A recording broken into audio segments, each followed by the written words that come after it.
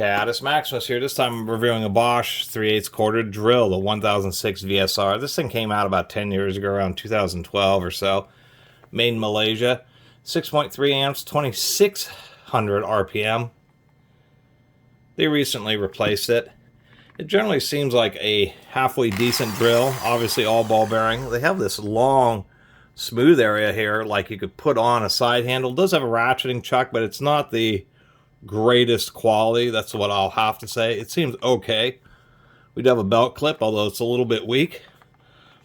What's interesting is the strain relief still has a area for a chuck key, even though it has a keyless chuck, and I'll probably end up swapping the chuck out on it. Held together with 8 screws. We'll open it up and do kind of a mini teardown. Actually has pretty decent variable speed.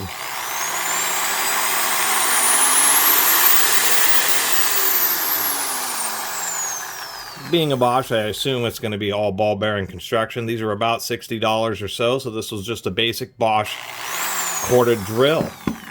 Mainly, I believe, so as far as retail, sold at Lowe's.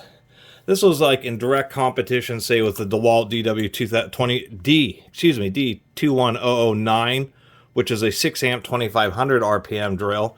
DeWalt's since upgraded these. They have like rubber overmolding here. I have one of the newer ones, but it's buried. The newer DeWalt's are 8 amps at 2500 RPM, so they're pretty darn stout.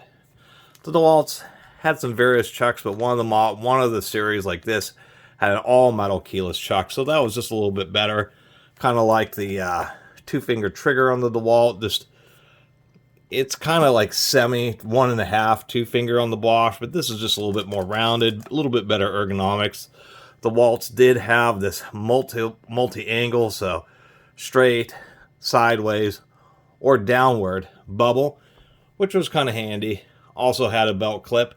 And if we take a look, for drills that have just about the same amount of power, the DeWalt was just a little bit shorter. DeWalt also did something here where they had the spindle, the motor that goes to the gearbox, is supported on both ends. A bearing here and a bearing on the front just to help support the gears a little bit more. That being said, I don't think the ergonomics of the Bosch are too bad. They did still include a trigger lock, which is something that was eliminated from these DeWalt's. These DeWalt's did not have a trigger lock. Once again, really linear variable speed. And something I will give them credit for. I was kind of curious why this switch moves back and forth quite so much.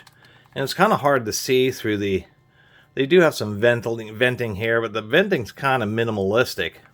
The DeWalt had a little better airflow, and I don't know if you can see, but when I hit that reverse lever, you can actually see, so maybe if you look here, see how the motor is turning when I'm hitting, when I'm hitting the reverse lever?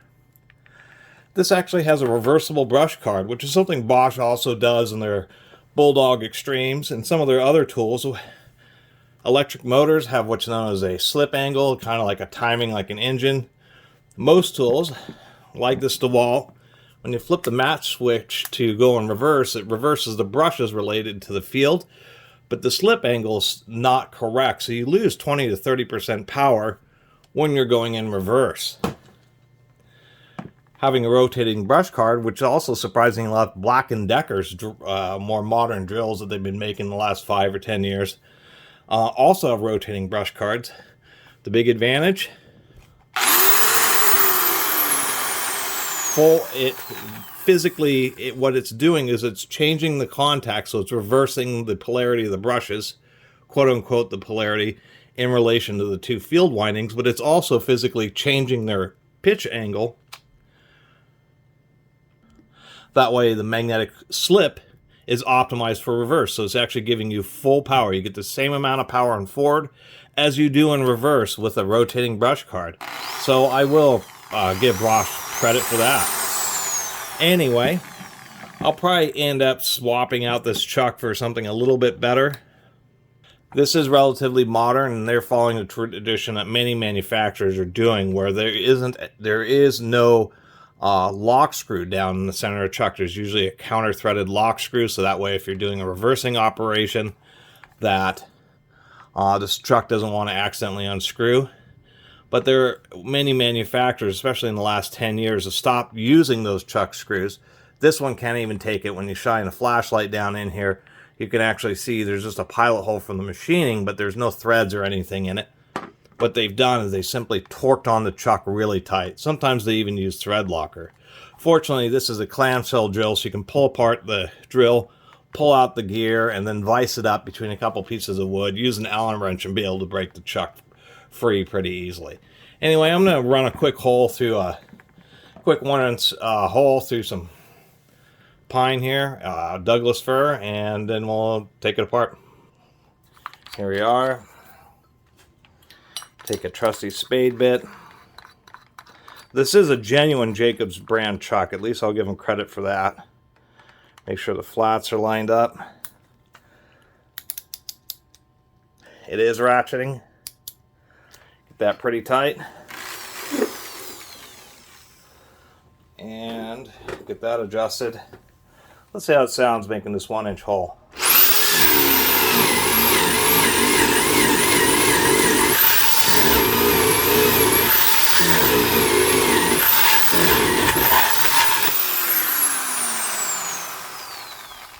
Actually sounds just fine. The gears sound pretty good. Sounds like they are indeed helical cut. If we take a look at this bit here, everything's running straight and true, so there's no kind of weird wobble. Overall, not really that bad of a drill. I was reading some reviews, and a lot of people were like complaining about being able to tighten screws at low speeds, and I think they were kind of missing the point. Things like 2500 RPM, in this case 2600 RPM drills, are general purpose and really built for speed. That's why there's carpenter's drills, which run slower, like 1200, 1000 to 1200 RPM. That way they give you a balance of speed and controllable torque at lower RPMs. But something like this, it's just geared so high that you got to give it a lot of juice for it to overcome the resistance of, say, driving a big old deck screw or something like that, or just tightening it down the last 1/4 of an inch. And you're going to have a hard time controlling it because it's difficult to reach that threshold. You need to get a different drill. That's why I like a lot of these newer, Ryobis and that type of stuff, kind of choose, and Black & Decker kind of are a compromise at around 1500, 1600 RPM. With like 5 or 6 amp motors to kind of give you more of a balance. Anyway, we got 8 screws, T20s. It says right down here at the bottom of the handle that it is PA6 GF30, so that would be nylon, 30% glass fiber. They are using Plastite screws, so those are plastic optimized screws. Very extra deep threads, squared off heads, which is a little bit different for the DeWalt or for the Bosches. DeWalt's and others use more rounded.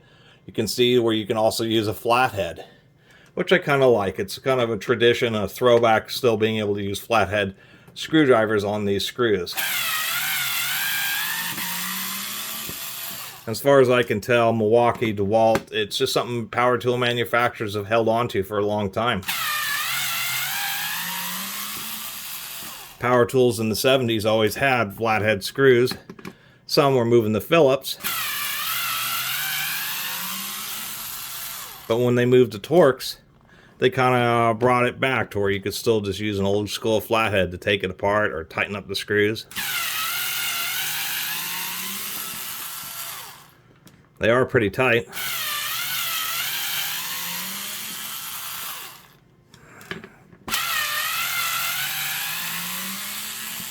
Don't make fun of my pink driver. I found another one of these Skill IXOs. This happens to be the Gen 3. The Gen 1s had no light. The Gen 2s had an amber light. And the Gen 3s had a white light. This one happens to be pink. At least it means that it's less likely they get stolen.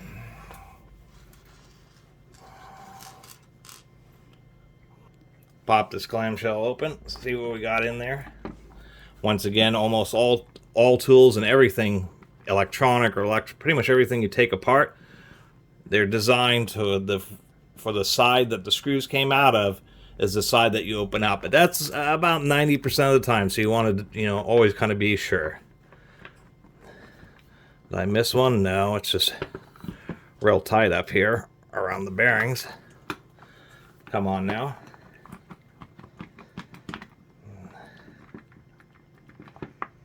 There we go. Real tight fitting. Reasonable amount of grease in there. A little bit of flex on the frame, but it's really not too bad. Interestingly enough, you can see the vents on the top actually have a little convolution in them. Not entirely sure why they did that.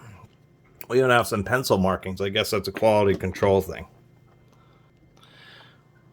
Taking a closer look, we have the obligatory inventory control tag that are, these things are now and have been for a decade or more.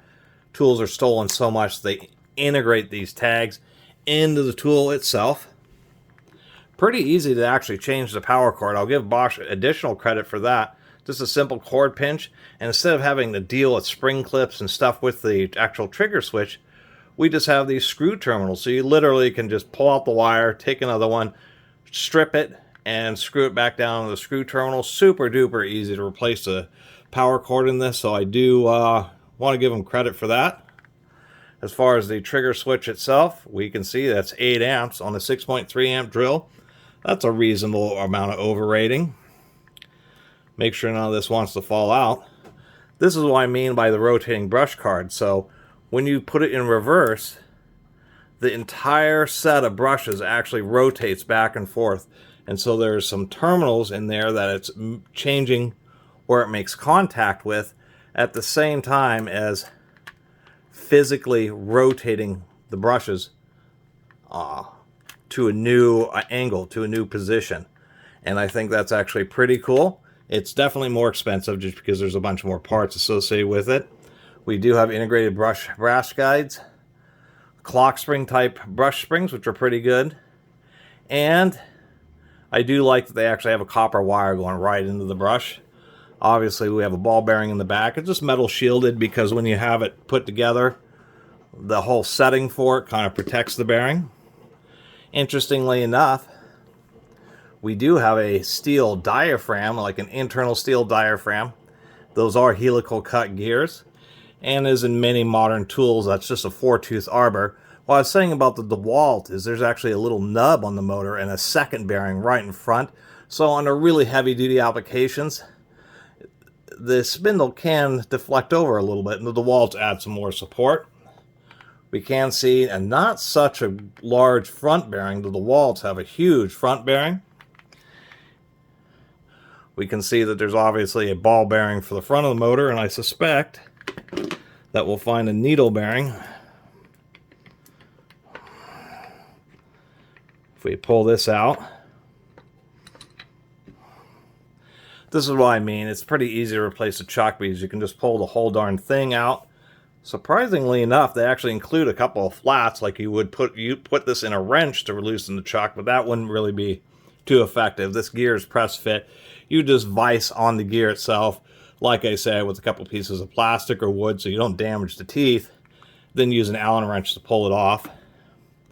And we can indeed see that there is a needle bearing for the back of the chuck, so it is all ball and needle bearing. And I kind of like the idea of this metal diaphragm. I'm on that. There we go. Ow. Interesting design choices once again, like on the DeWalt. They just rely on 2 really large ball bearings on the spindle and then just the plastic housing. And I've shown on those DeWalts where over time, especially well-used ones, that you actually can get a little bit of wobble because the hard bearings have actually wallowed out the plastic a little bit and you have to crank down on the screws. There's even a video I made about one of the plastic Milwaukee right angle drills where it had the same issue, and I showed how to use shim shock to wrap around the bearings to tighten them back up. So I kind of like that aspect of having this diaphragm here, just like some piece of steel in there that kind of maintains really close alignment, especially where there's a lot of torque going to push the gears apart. You have that metal plate holding it together. Just the big criticism is that is just a mighty small forward bearing Wish they would have made that a little bit larger, but and they certainly had space to put in a larger bearing. But other than that, it's not too bad. For a Malaysian-made $60 Bosch drill, just a general purpose 3/8 high-speed drill. What we got in there? Some weird stuff. I think it's worthy of the Bosch name. All ball and needle construction, rotating brush card, which I like, reasonably overrated trigger. If we take a look down here at the motor, we can see that they did put in some epoxy. It is folded contacts, not spot welded, but nonetheless, they did put in some epoxy right there at the base to reduce chances of having the wires at the contacts fatigue or give you issues. Really not such a big deal. But it's nice to see that extra epoxy. It really turns out that the folded contacts have really proven to generally be reliable. And an example, this is what I mean by welded. This is what a spot welder, where they press it in and then electric current passes through the commutator bar and actually welds the wire. And that's really a slightly better way of doing it. P.S. This is notice something on this example motor. They have all these inserts that really help make sure the wire is down and tight, and one is missing there. Anyway, I'll quit blabbing about it.